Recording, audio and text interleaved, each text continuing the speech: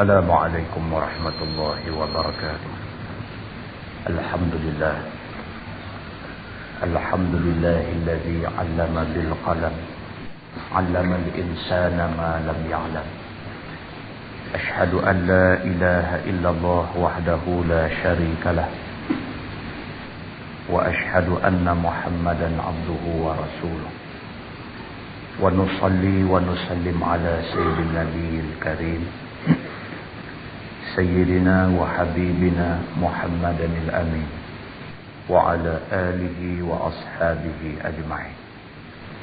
أما بعد، أيها المؤمنون اتقوا الله، أوصيكم وإياي بتقوى الله، faqad fazal muttaqun. Muslimin dan muslimat, mudah-mudahan dirahmati Allah Subhanahu wa taala. Kita sambung bacaan kitab kita menggunakan kitab Muhimmah fi Ilmil Hadis. Sampai di muka surat 16. Kita sampai di muka surat 16, kita masih lagi berada di bawah tajuk kebinasaan kepada orang yang tidak kahwin, yang tidak berumah tangga tidak kena ancaman kebinasaan ini. Tapi orang yang sudah berumah tangga, berkeluarga, mereka terdedah kepada ancaman kebinasaan ini. Kata dia di situ, maka adalah kebinasaan daripada jalan memberi nafkah yang melepaskan daripada harta yang haram itu sangatlah sedikit. Kita orang yang dah berumah tangga, ada anak pinak ni, nak terlepas daripada terlibat dengan benda haram ni tipis. Kebanyakan terlibat belaka dengan benda haram. Jaga tak mau terlibat juga. Dia nak sebut di sini. Kata dia, melainkan seorang yang ada baginya harta pesaka ataupun harta. Orang yang sudah sedia ada harta, dia kurang terlibat dengan benda-benda haram. Tapi orang yang tak ada harta, akhirnya orang susah punya cerita. Dia banyak terlibat dengan benda haram kerana nak cari harta. Orang yang sudah banyak harta pesaka ataupun sudah banyak harta, dia kurang terlibat dengan benda-benda haram berbanding dengan orang yang tak ada harta. Itu maksud dia. Baginya usaha yang halal yang mencukupi dengan dia dan dengan ahlinya. Dan ada baginya pula qanaah yang menegahkan daripada belanja yang berlebih-lebih. Orang yang boleh selamat daripada terlibat dengan mencari harta haram ialah orang yang ada sifat qanaah. Qanaah maksudnya berpada ataupun cukup dengan apa yang ada. Orang macam ni selamat. Tapi kalau orang tu tak ada sifat qanaah, dia ada sifat tamak, jahanam dia. Kalau dia qanaah, tak apa.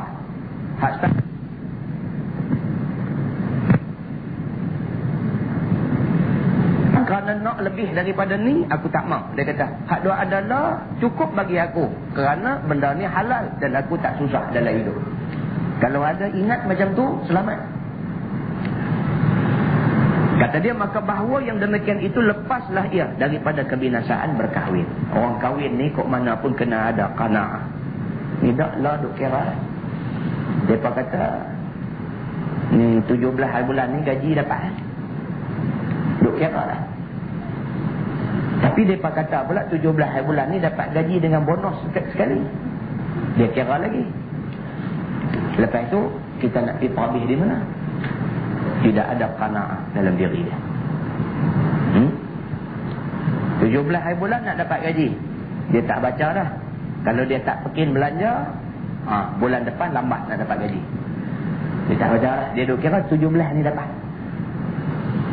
Bukan takat gaji, bonus lagi. Dia kata, alamak belum lah aku. Masjid tak pergi dah, mana tak pergi dah. Duk kira nak perhabis duit tu aja. Duk kira dah nak pernik pagar baru, nak tukar yang tu, nak kira dah. Tidak ada qanaah. Dan orang yang sudah berumah tangga, yang sudah berkahwin, kalau ada sifat yang macam ini, sifat tamak macam ni, dia akan binasa. Bila duit ni habis awal, sedangkan gaji bulan depan lambat lagi, dia mula nak ongkah cara haram. Sebab dia perlu duit, dia perlu belanja. Sedangkan duit dah tak ada, dia nak dapatkan juga duit. Dia fikir macam-macam cara. Setidak-tidaknya dia lurut barang kemas bini dia, buat pergi pajak gadai, dan terlibatlah dia dengan bunga. Haram. Haram. Sebenarnya macam ni diingatkan kepada orang yang sudah berkahwin. Ataupun seorang yang mempunyai kepandaian dan kuasa ia atas mengusahai yang halal daripada segala pekerjaan yang harus mengambil dia. Orang macam ni juga selamat daripada kebinasaan.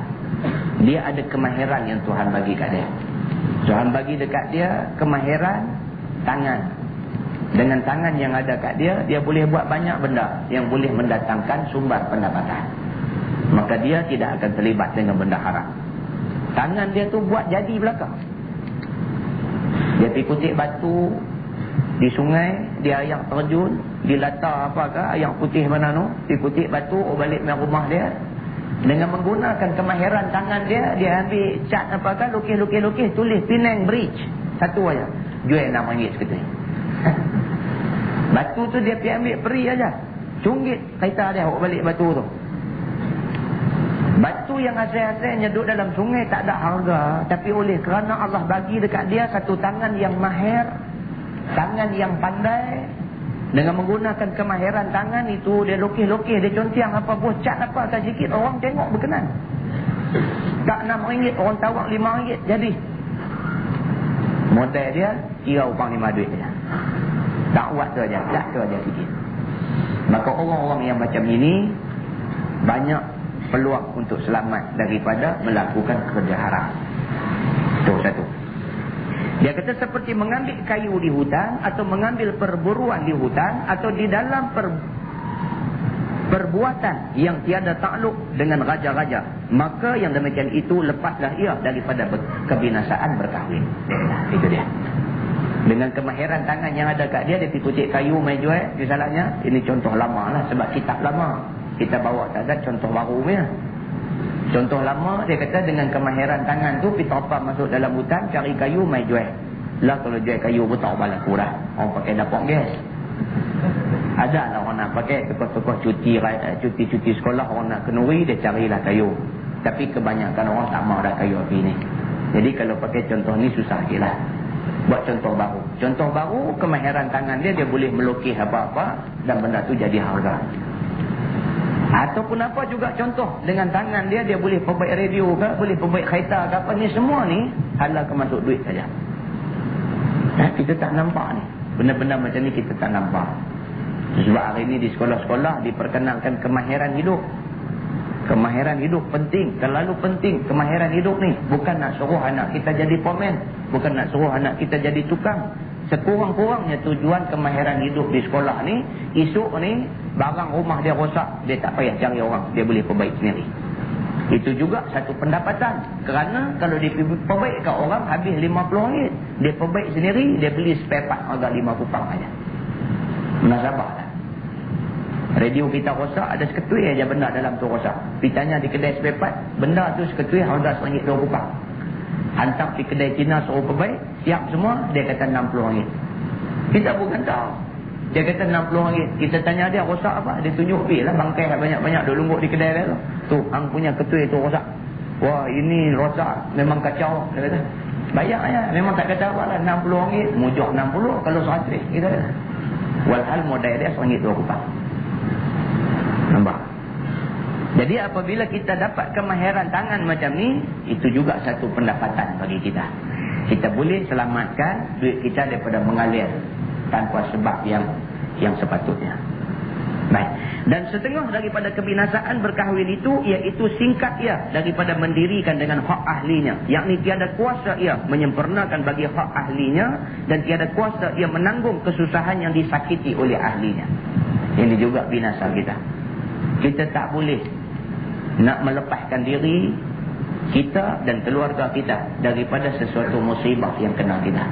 Ketika itu binasa kita. Itu binasa pasal apa? Lemah kita daripada jadi ketua keluarga. Kita tak boleh. Contoh benda yang menyakiti keluarga kita. Anak kita terlibat dengan dadah misalnya. Anak terlibat dengan dadah, kita tak boleh nak buat. Macam mana nak buat anak yang terlibat dengan dadah ni pergi jadi elok? Tak hati ya? Tak hati nak buat. Ketika itu binasa kita dan binasa keluarga kita. Yang ni ramai orang pakai kena ni. Ramai orang pakai kena. Penyakit yang menyerang anak-anak kita